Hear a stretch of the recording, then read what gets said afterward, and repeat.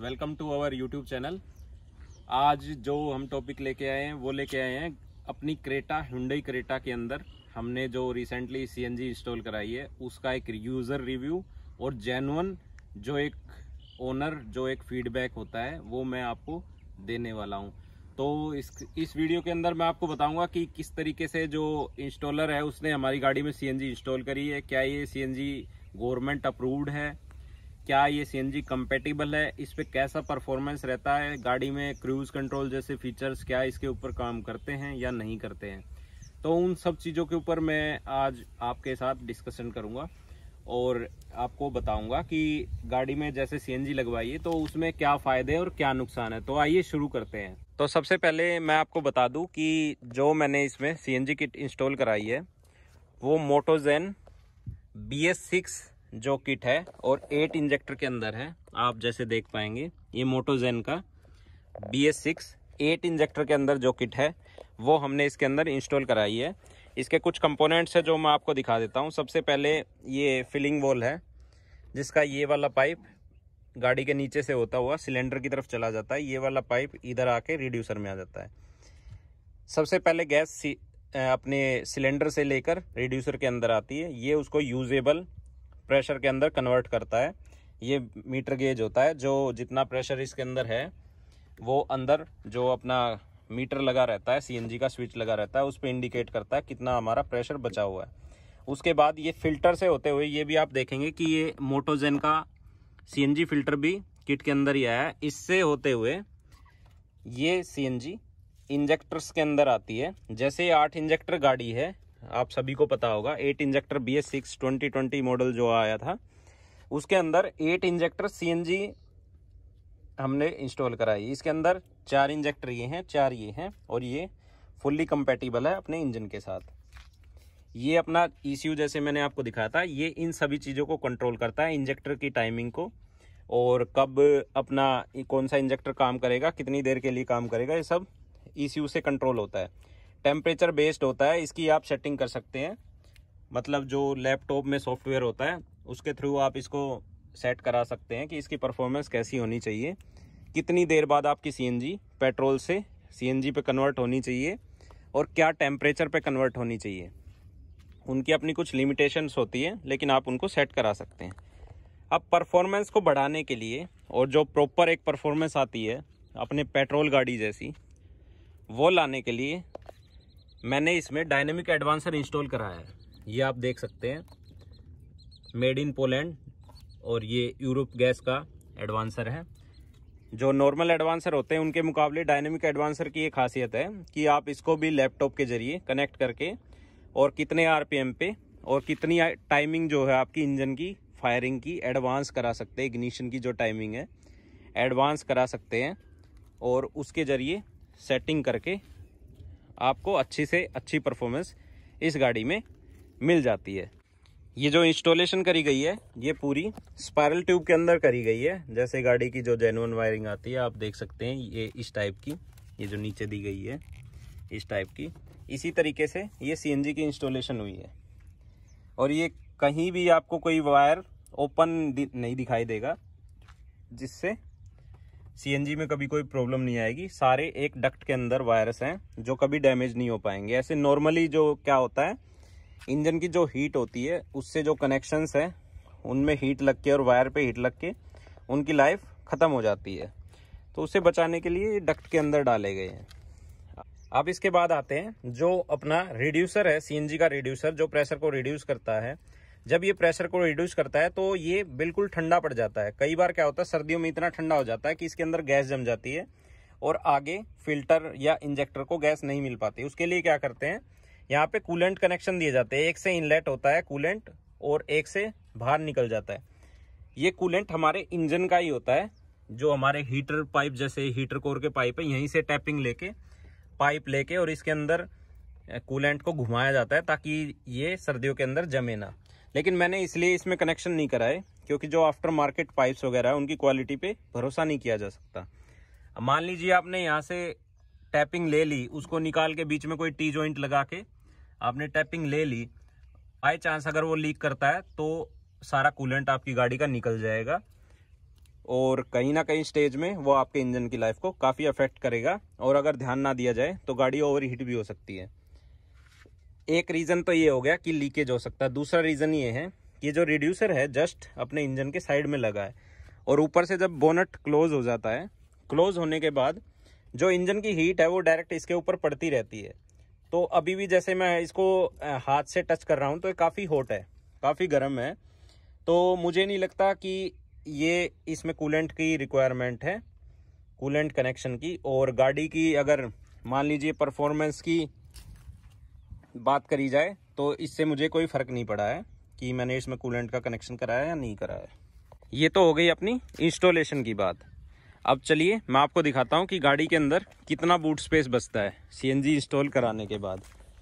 तो ये कुछ इस तरीके से गाड़ी का बैक साइड है, और पार्सल ट्रे को मैं ऊपर करता हूँ तो ये देखिए ये अपना सीएनजी सिलेंडर इंस्टॉल्ड है। और ये कुछ इतना स्पेस गाड़ी के अंदर बचता है कि ये प्रॉपर 12 इंच बेस ट्यूब इसमें रखी हुई है और फिर भी स्पेस बचा हुआ है। और पार्सल ट्रे को अगर हम हटाएंगे तो ये स्पेस काफ़ी ज़्यादा दिखता है, क्योंकि ये सिलेंडर यहाँ पे जो स्पेस बचता है ये काफ़ी, सिलेंडर इससे नीचे है सीट से, तो यहाँ तक भी आप लगेज रख सकते हैं। और मैंने इसमें गाड़ी में सीएनजी के साथ अभी रिसेंटली थोड़ा ट्रैवल किया था लगेज के साथ, तो आराम से 2-3 बैग यहाँ से नॉर्मली यहाँ पे रखे जाते हैं। अब इसके बाद एक और चीज़ है कि इसको किस तरीके से इंस्टॉल किया गया है। आप देखेंगे जो ये स्टैंड होता है सीएनजी का, जस्ट जैसे कंपनी से लग के जो सीएनजी सिलेंडर आते हैं वैसे ही मोल्डेड पाइप वाला है, इसमें कोई वेल्डिंग नहीं है यहाँ पे जॉइंट्स पे, और इसको अच्छे से मोल्ड किया गया। दूसरी चीज, जैसे कंपनी फिटिंग में डक्ट आती है इसी तरीके से ये जो डक्ट है इसके अंदर जो मेन पाइप है सीएनजी का वो इसके अंदर है, ऊपर से डक्ट डाल दी है, और ये डक्ट यहाँ से जाके यहाँ नीचे जाके और बाहर की तरफ जो एरिया है गाड़ी का नीचे की तरफ वहां जाके ओपन होती है, ताकि हाई प्रेशर जब गैस डल जाती है, कहीं से लीकेज होती है पाइप के जॉइंट पे से, तो गैस यहीं से थ्रू गाड़ी के अंदर लीक ना हो और इस डक्ट के थ्रू बाहर चली जाए। और जो नट बोल्ट लगाए गए उनकी क्वालिटी भी काफी अच्छी है। तो ये हो गया कुछ स्पेस का, और जो सेफ्टी के लिए डक्ट लगाई गई है उसका कुछ रिव्यू हो गया। ये तो हो गया कुछ इंस्टॉलेशन के ऊपर बात।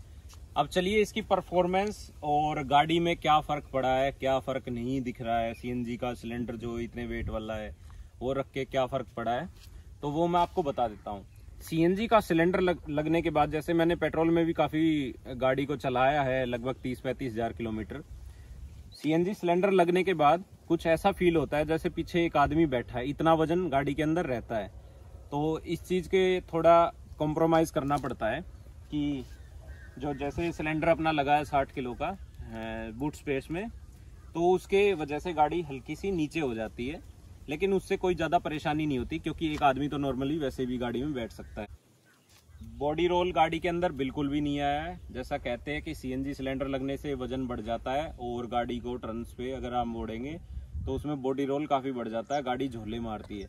मैंने ऐसा अब तक कुछ फील नहीं किया है।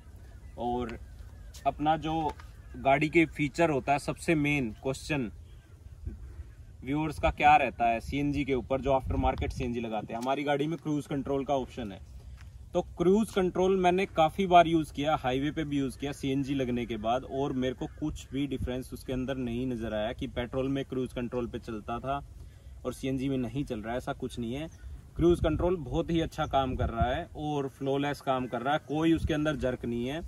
जैसे मैंने बताया कि इसके अंदर परफॉर्मेंस के लिए, अच्छी परफॉर्मेंस के लिए डायनेमिक एडवांसर लगवाया है। तो डायनेमिक एडवांसर लगने के बाद जो पेट्रोल के जैसी गाड़ी चल रही थी वैसे ही सीएनजी पे भी परफॉर्म कर रही है, और कहीं भी कोई भी जर्क नहीं है, कोई आरपीएम फ्लक्चुएशन नहीं है, और क्रूज कंट्रोल भी बहुत अच्छे से काम कर रहा है। परफॉर्मेंस के बाद आ जाते हैं कि गाड़ी माइलेज कितना दे रही है।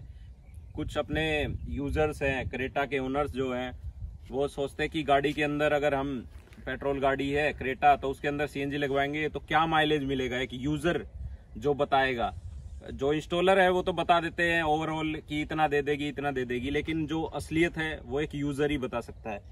इस गाड़ी को मैं लगभग 1200-1300 किलोमीटर अभी रिसेंटली इंस्टॉलेशन के बाद चला चुका हूं, और जो इसकी माइलेज मुझे मिली है वो with AC with full loaded गाड़ी, मतलब 5 पर्सन्स, और एसी के साथ गर्मी में हाईवे पे मुझे मिली है 27 की एवरेज, 27 की पर केजी अगर बात करें तो।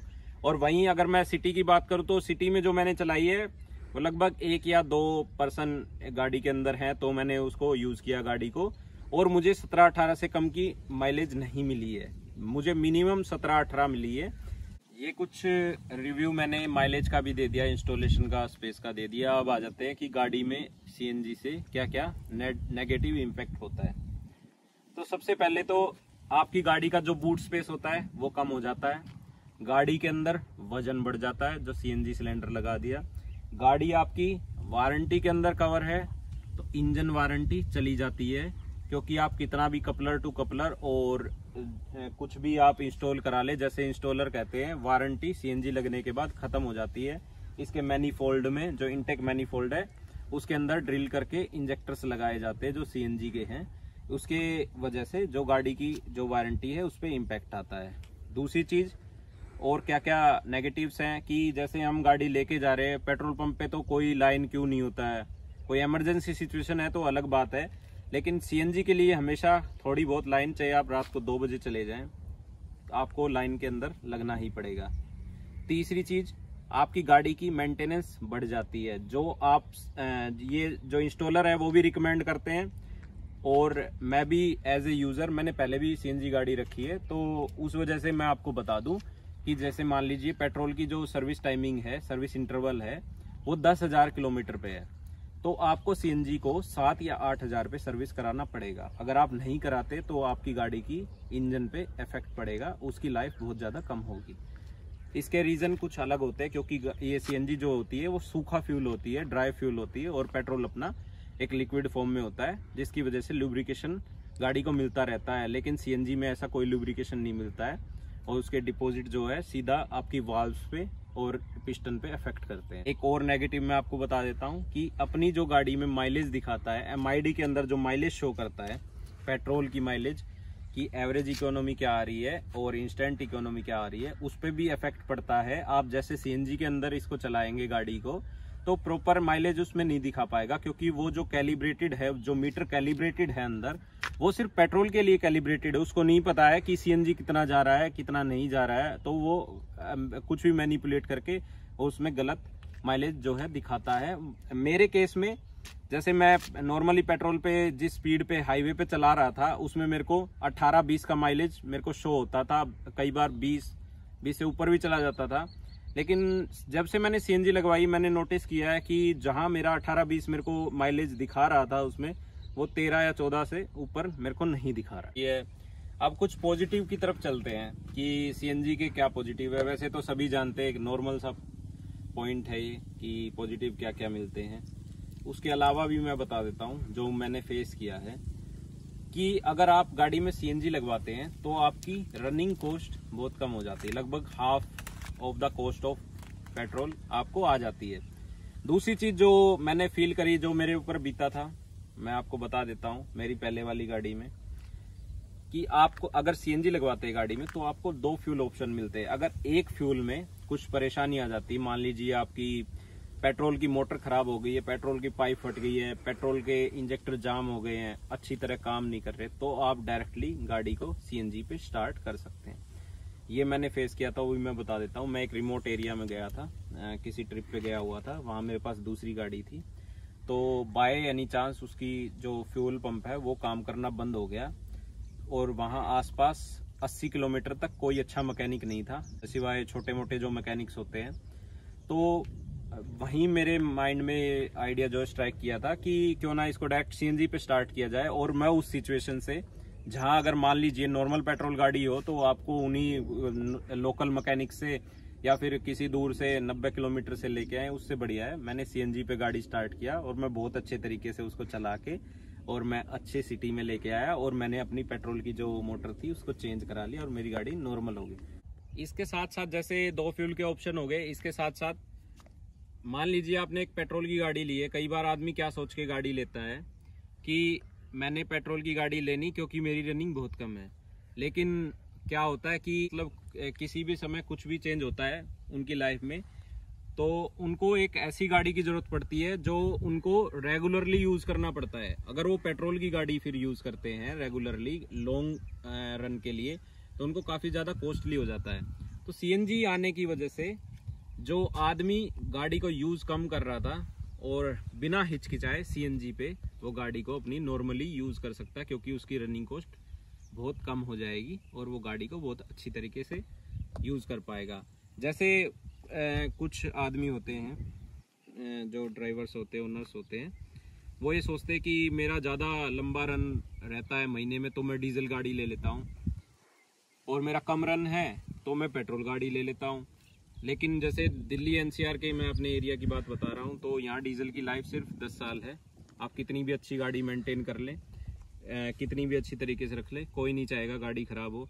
लेकिन जो फाइनल जो रिजल्ट आता है वो ये आता है कि 10 साल पूरे हो गए, आपको स्क्रैप करनी ही पड़ेगी गाड़ी, या कहीं दूसरी स्टेट में उसको री रजिस्टर कराना पड़ेगा। अब पेट्रोल लेने का फायदा हो गया, 2 ऑप्शन फ्यूल के मिल गए, फ्यूल भी डल गया, 15 साल भी गाड़ी के बन गए और चल भी डीजल से सस्ती रही है, तो ये एक प्लस पॉइंट है। ये गाड़ी का कुछ एक जनरल रिव्यू था एज ए यूजर, जो मैंने गाड़ी को अभी यूज किया। सीएनजी गाड़ी तो काफी मैंने पहले यूज करी है, लेकिन क्रेटा में जो मैं रिव्यू के लिए आज यहाँ आया था वो मैंने दे दिया है रिव्यू। और अब आ जाते हैं इसकी कॉस्ट के ऊपर कि मेरे को कितना कॉस्ट पड़ा और उस कॉस्ट के अंदर क्या क्या इंक्लूडेड है। तो मैं आपको बता दूं, ये जितनी भी सीएनजी फिटिंग हुई है एडवांसर और आरसी एंडोर्समेंट के साथ, मुझे ये किट पड़ी है 62,000 रुपए की। इसके अंदर मेरे को सीएनजी का किट हो गया, सीएनजी की इंस्टॉलेशन हो गई, डायनेमिक एडवांसर हो गया, और जो इसकी वारंटी वगैरह जो सीएनजी की देते हैं 1 ईयर की वारंटी देते हैं, वो सब मेरे को 62,000 पे पड़ा है। तो ये कुछ मेरा एक जेन्युइन रिव्यू था, इसमें कोई मैनिपुलेशन नहीं है कि मैं किट का कोई वो कर रहा हूँ, एडवर्टाइज कर रहा हूँ या किसी इंस्टॉलर का एडवर्टाइज कर रहा हूँ। ये मैं अपना एक रिव्यू बता रहा हूँ। जो लोग क्रेटा के अंदर सीएनजी लगवाना चाहते या किसी और गाड़ी में लगवाना चाहते, तो मैंने कुछ जो मेरे दिमाग में अच्छे अच्छे पॉइंट्स थे या नेगेटिव पॉइंट्स थे और जो गाड़ी से रिलेटेड पॉइंट्स थे कि क्रेटा में कैसा रहता है, तो मैंने आपके साथ शेयर कर दिया। तो आप अपनी गाड़ी में भी सीएनजी इंस्टॉल करा सकते हैं। और जहाँ तक अभी मैंने जो फील किया है, तो मेरी गाड़ी में कुछ भी कमी नहीं आई है सीएनजी की वजह से, बहुत अच्छी चल रही है। बाद आपको कुछ गाड़ी से रिलेटेड, क्रेटा में सीएनजी से रिलेटेड या कोई और प्रॉब्लम हो, आपका कोई क्वेश्चन हो, तो आप मेरे को कमेंट करके पूछ सकते हैं। मैं कोशिश करूँगा मैं आपका रिप्लाई करूँ, और मैं आपको जो भी क्वेश्चन है उसका जल्दी से जल्दी जवाब दे पाऊँगा। तो अगर आपको वीडियो अच्छी लगी हो तो आप मेरी वीडियो को लाइक करें और मेरे चैनल को प्लीज़ सब्सक्राइब करें। Thank you.